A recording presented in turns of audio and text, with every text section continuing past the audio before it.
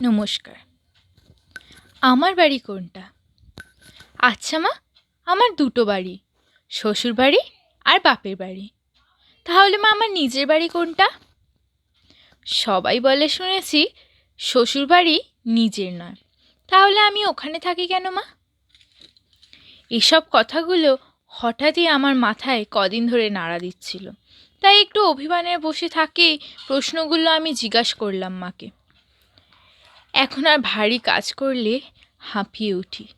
কদিন হলো ননদ এসেছে, তাই অনেক কাজ আর ঘরের কাজে সকালে উঠতে পারি না। তখন শাশুড়ি গজগজ করে বলে উঠল, এটা তোমার বাড়ি না, এখানে এসব চলবে না। কালকের এঁঠো থালা বাসন ধুতে ধুতে মনে পড়ে গেল আমার নিজের মায়ের কথা। ছেলেবেলার কথা মনে পড়ে যায়। আমি আমার ভাই বোনেরা কত আনন্দ করে খেলতাম। মায়ের সেই খাইয়ে দেওয়া, আমাকে বকাঝকা করা নিয়ে বাবার সাথে ঝামেলা, বাড়ির সবাই আমাকে নিয়ে অনেক কথা বলতো। সেগুলো মা না শুনেই আমার পাশে সারাক্ষণ থাকতো। খুব মনে পড়ে মায়ের কথা। আমার ঘর, আমার খাট, আমার মা, শব্দগুলো উচ্চারণ করতে কত ভালো লাগতো।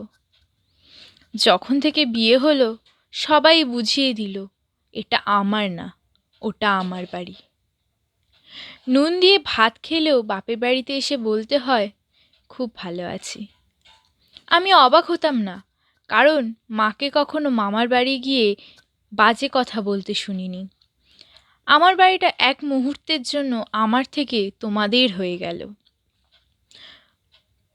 অপর ব্যক্তি যে বাড়িটা আমি কোনোদিনও থাকলামই না, সেটা আমার বাড়ি। অস্বাভাবিক কিছু না, কারণ ছোটবেলা থেকে এরকম গল্প শুনেই থেকেছি। আমার বলে যেগুলো দাবি করতাম সেগুলো আমাদের হয়ে গেল। আমার বাড়ি বলতে কিছুই রইল না। আমায় যখন কেউ জিজ্ঞাসা করে তোমার বাড়ি কোথায়, সবার মতো আমিও বলি আমার বাপের বাড়ি অমুক জায়গায়, শ্বশুর বাড়ি অমুক জায়গায়। এই হারিয়ে যাওয়া আমিটা কখনো কারোর চোখেই পড়ে না। আমাদের আদরের মেয়েটাকে যখন নিজের বলে পাঠানো হয়, তখন কেউ জানে না কত বছর সময় লেগে যায় সেই শ্বশুরবাড়িটাকে নিজের বাড়ি বানাতে। কত কিছু সহ্য করে যেতে হয় শুধু নিজের মানুষগুলোকে আপন করার চেষ্টায়। কেন যে ওরা আপন করতে পারে না, তাহলে তাহলে কেন আনে মেয়েকে, যখন কখনো তাদের এটা বাড়ি বলতে পারবে না? তখন কেন মেয়েকে আনে অন্য বাড়ি থেকে? বাপের বাড়ি থেকে কি দিল? বাপের বাড়ি না এটা, এটা কি তোমার বাড়ি পেয়েছো? সাহস হয় কি করে? এটা আমার বাড়িতে হয় না। অনেক ক্ষেত্রে শাশুড়িরা বলে বের করে দেবো বাড়ি থেকে, এটা তোমার বাড়ি না, এটা আমার ছেলের বাড়ি। এই কথাগুলো প্রতিদিন এত শুনি, এখন আর আলাদা লাগে না ওদের বলতে।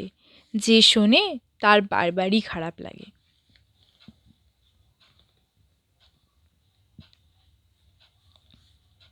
বাপের বাড়ি কোনো আপদে বিপদে যখন যাবে, তখন বলবে এ সংসার তোমার, এ বাড়ি আগে, ওটা বাপের বাড়ি। মেয়েদের অত বাপের বাড়ি যাওয়া ভালো না। বাপের বাড়িতেও তুমি অতিথি, ওখানে দু একদিন থাকার জন্য কত জোর করে, যেন আমি অতিথি। কখনো রাগ করে আশ্রয় হিসেবে বাপের বাড়ি যায়। আমরা মেয়েরা তখন তাদের বোঝানো হয় ওটাই তোমার আসল বাড়ি, ওখানেই তোমায় মরতে হবে, কিছুদিন থাক তারপর চলে যাবি। বড় সত্যি কথা, কিন্তু তুমি নেই কোনো জায়গায়।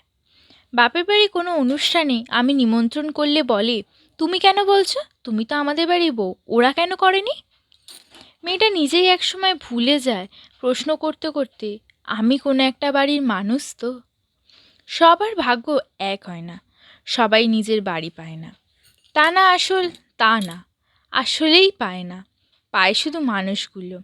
যে শ্বশুরবাড়িতে মানুষগুলো নিজের হয়, সে বাড়িটা নিজের হয়। অধিকাংশ সবটুকু দিয়ে শুধু পাই এসব, এ বাড়িতে চলে না, এটা তোমার বাড়ি না। তুমি একসময় প্রশ্ন করতে করতে ক্লান্ত হয়ে ভুলে যাই প্রশ্ন করার কথা। আমার বাপের বাড়ি আর শ্বশুর বাড়ি আছে, আমার বাড়ি কোনটা? এটা যদি আমার কোনোদিনও বাড়ি না হয়, তাহলে আমি কেন থাকি এখানে? কেন নিজের সুখ আহ্লাদ নষ্ট করে পরের বাড়ির জন্য আমার বাড়ি কোনটা? আমাকে কেউ বলো না।